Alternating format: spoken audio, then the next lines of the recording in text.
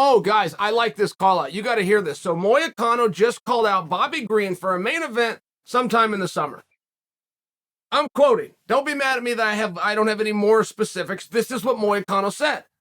But he goes, after Bobby Green, he specifically wanted a feature match, right? 5 rounds changes it when you're calling for a main event. And he wants it pretty soon. He wants it this summer, which according to my calendar, isn't all that far away. Who would not want to see that fight? Now, here's the first problem that I had. I'm not extremely familiar with Moicano. And I don't mean that in a condescending way at all. I'm a big fan, but I'm not extremely familiar with his weight classes only because when he fought RDA, he fought at 170. And part of the storyline that I was bringing to you guys was Moicano was flying from America to Brazil.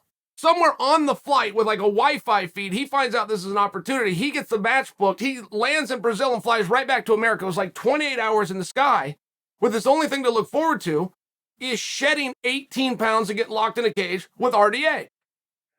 So, if he was 18 pounds overweight for a 170-pound fight, it made me think he must be a welterweight. But I went and I looked into this, and no, he's done most of his work at lightweight. Now, he has moved weight classes, but he does most of his work at a lightweight.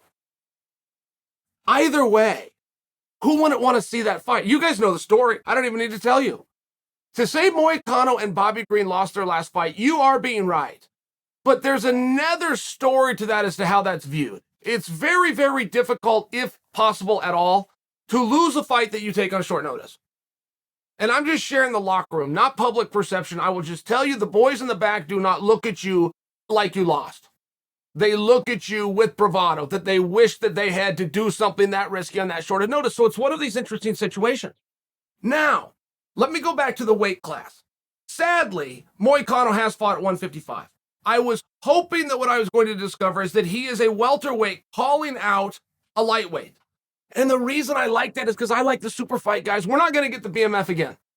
I know that I've hinted that and I've told you that I kept my mouth shut and the kid in the room that's got the info and I won't give it to you. We're not getting the BMF again. I do like the super fight. I always have. I like to crown off an evening in combat with the award that everybody in combat understands, which is a belt. That belt doesn't have a lineage. We don't have to pass it on. But the reason I'm calling super fight in relation to Moicano and Bobby Green is because I thought it was a 70-pounder against a 55-pounder. I like that. I don't love the idea that everybody's got to stay in their lanes here. That was an old policy that was very important at the time that it got put into play. But at the time it got put into play, there's under 40 athletes under contract. Dana White now has 556 athletes under contract. And I just personally don't agree that everybody has to fight every single fight within their division to affect their ranking and affect the outcome. I think you can have super fights. What's going to make a fight a super fight? Traditionally within this sport is champion versus champion.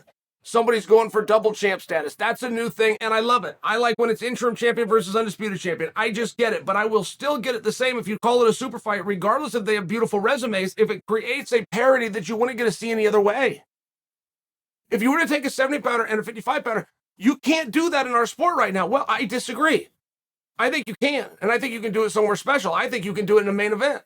And I even will go further to say that the winner gets a super fight belt. I like opportunity, though. I like to be inclusive. This is a tough business. People put their whole life on hold with the goal of pursuing a champion. Kenny Florian said it best when Kenny's career ended. Kenny had multiple world title fights, came in with the silver medal, and Kenny simply said, not everybody gets to be world champion. And I have never forgot those words because they are so simple, yet they're so brilliant. The brilliance is in the simplicity. Not everybody gets to be world champion. So if you can spread around an opportunity to have a belt, and buckles mean a little bit more to me, perhaps, than they do to other people, not only because of combat that I was always chasing one, but my father was a cowboy. He rode in the rodeos. And if you won a buckle, you wore that buckle every day of your life.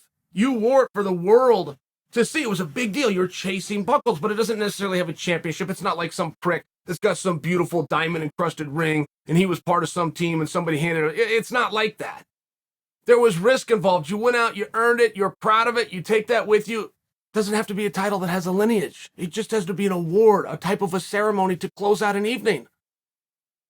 Now, I'm going in a couple of different ways here, but it's Moicano that got me here because I thought it was a 70-pounder calling out a 55-pounder. I love that, particularly if they're not. Right? I mean, one reason why Dana invoked in the very first place of staying in your division, exclusively staying in your division, had to do with so that you could build contenders. You would know who's who. You would have a ranking system. Every match matters. Every now and then, you're not in that spot. Every now and then, particularly in this case, you got two guys coming off of losses. They're not in some kind of a threat to be in world title fights. They're not going to be in number one contenders matches. So why not do something special? Why not do something super? Why not find an agreed upon, a contractual weight class of 163.25 pounds? Why not? It doesn't bother anybody. Boxing's been doing it forever to the point that it's laughable. It doesn't bother anybody. It could give you an opportunity to get some matches that you wouldn't otherwise have. And I'm sure you guys could play this game too. You could think of guys at 145 versus 55 pounders. You start getting them together, right? You don't have to do what Dan Hooker's doing, which is be a 55 pounder, give it up and go down to 45. Meet some 45 pounder in the middle, meet him at 150. I'm not going to get my way, by the way. This is not going to happen. If Dana hears this piece, he will quite literally laugh. He does not agree. But I want to see if you guys do. I want to see Moicano versus Bobby Green. I love that. I also want to see both of those guys get rewarded for the courage that it took for both of them to even make it to the cage for their last contest, evident of a main event. But I do like this theme, and I do like the idea of getting guys that agree. Meet you in the middle. Let's main event this. Let's do something special. Bringing divisions together, adding parity to the sport. Little bit different system. Which again, I will admit now, I'm not getting my way. But what if I did? What if I could get my way? What if we could get the top middleweights against the top light heavyweights and they come together at 198 pounds? What if? Would you be on board or would you think that's silly?